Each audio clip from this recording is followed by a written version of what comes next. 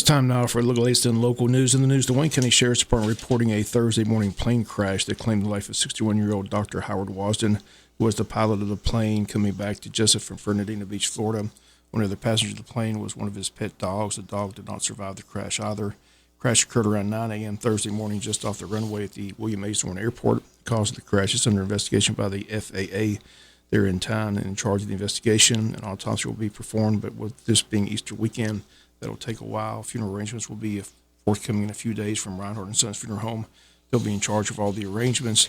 Dr. Howard Wasden, known for his local chiropractic practice here in Jesup and Wayne County, absolute precision, his story well known. Decorated Navy SEAL, best-selling author. His book remained on the New York best-selling list for the longest time. Traveled the country as a motivational speaker, once again passing away at the age of 61 early Thursday morning in that plane crash. As soon as we get the arrangements from Reinhardt & Sons Funeral Home, we'll pass that information along. On the plane crash occurring yesterday morning, the official press release from the EMA, they state that they received the call around 9:03 on Thursday. Wayne County emergency responders answered a dispatch to a report of a missing aircraft. Missing aircraft's last known area was around Manningtown, Georgia area. At 9:36 a.m., the plane was located approximately a quarter mile from the William A. Zorn Airport. This reports are that the plane, a small private aircraft, was carrying a pilot and his beloved canine companion. The pilot has been identified as Dr. Howard Wasden, and Dr. Howard Wasden, a highly decorated Navy SEAL.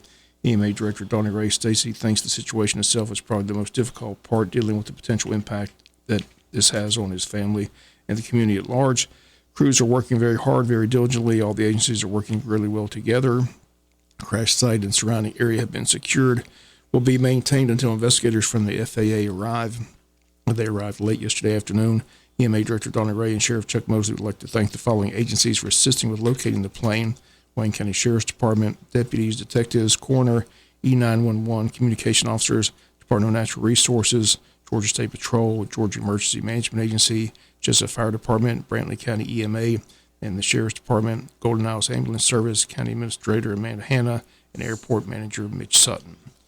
We'll be back with more news after this word from our sponsor or the commercial messages, so please stay tuned.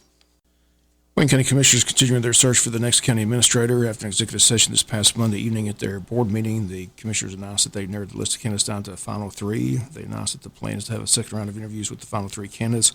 Local candidate Paul Andrade is still in the running and the only local candidate in the field of three. Andrade currently working as an investigator with the local district attorney's office. Two other candidates are from Brunswick, Georgia, and Midway, Georgia. Freddie House from Midway, Georgia. He has served as Director of Emergency Services at Bryan County since 2012. Third candidate is Joseph Michael Kaysen from Brunswick, Georgia. He runs his own business called Parable Financial Networks, served as Camden County's Executive Director of their Public Service Authority from 2018 to 2022. Once again, the three names made public this week. It's just down to a final three. Again, they plan to hold a second round of interviews before making an announcement on who will land the job. County Clerk Amanda Hanna has been serving as administrator until a full-time administrator is hired. Again, Ed Jeffers, former administrator, resigned after the first meeting of this year. Commissioner Tim Hopkins puzzled and disappointed in the action taken Monday night concerning the well at the J.C. Fairgrounds.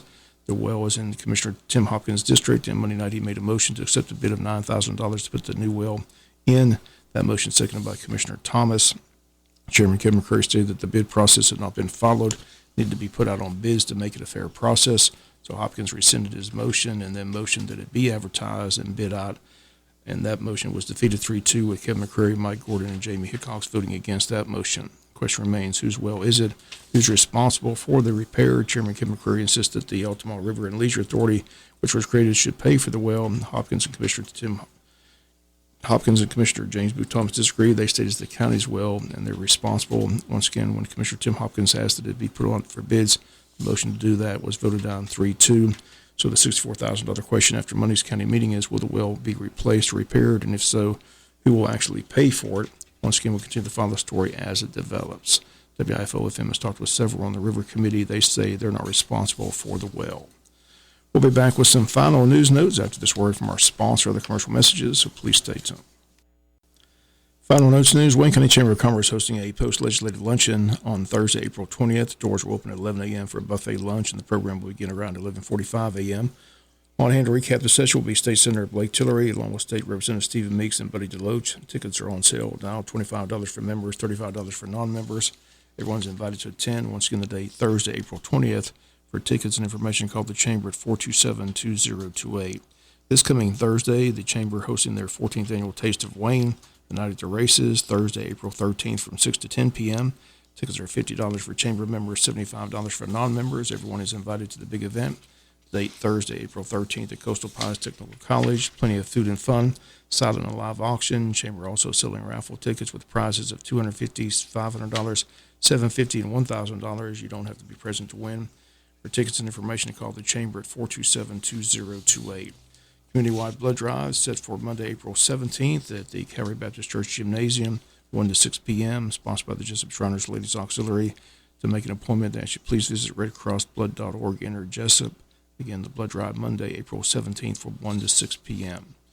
Wayne County Board of Tourism getting ready for their Porch Fest, a music festival held on the porches and lawns of historic homes and churches in the Old Town neighborhood of Jesup, bordered by Brunswick Bay, Wayne, and Plum Streets, set for April 22nd from 2 to 5 p.m. Local musicians will be performing, allowing visitors to enjoy music from different venues, traveling by golf carts, bicycles, or on foot between the different sites.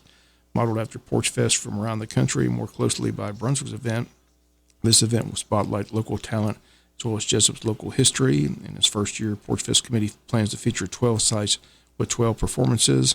A map with times, places, and designated parking areas will be available for visitors, and an information tent will be set up on the corner of Brunswick and Plum Street adjacent to First Baptist Church. Anyone interested in performing or for more information should contact Heather Altman at the Wayne County Board of Tourism. The number 912-427-3233, or they come by the Jesup Train Depot. Jesup Porch Fest set for Saturday, April 22nd from 2 to 5 p.m. And the State Board of Education member Nick Ellis is holding a public hearing for citizens of the 1st Congressional District on Tuesday, April 18th from 7 to 8 p.m. at Wayne County Schools Tech Center, located at 1365 West Orange Street. The purpose of the hearing is to hear the comments from interested citizens and educators within the Congressional District regarding K-12 public education. 1st Congressional District includes Appling, Bacon, Brantley, Bryan, Camden, Charlton, Chatham, Glenn, Liberty, Long, McIntosh, Pierce, Ware, and Wayne counties, along with portions of Effingham County. Once again, the event Tuesday, April 18th from 7 to 8 p.m. at Wayne County Schools Tech Center, 1365 West Orange Street in Jesup.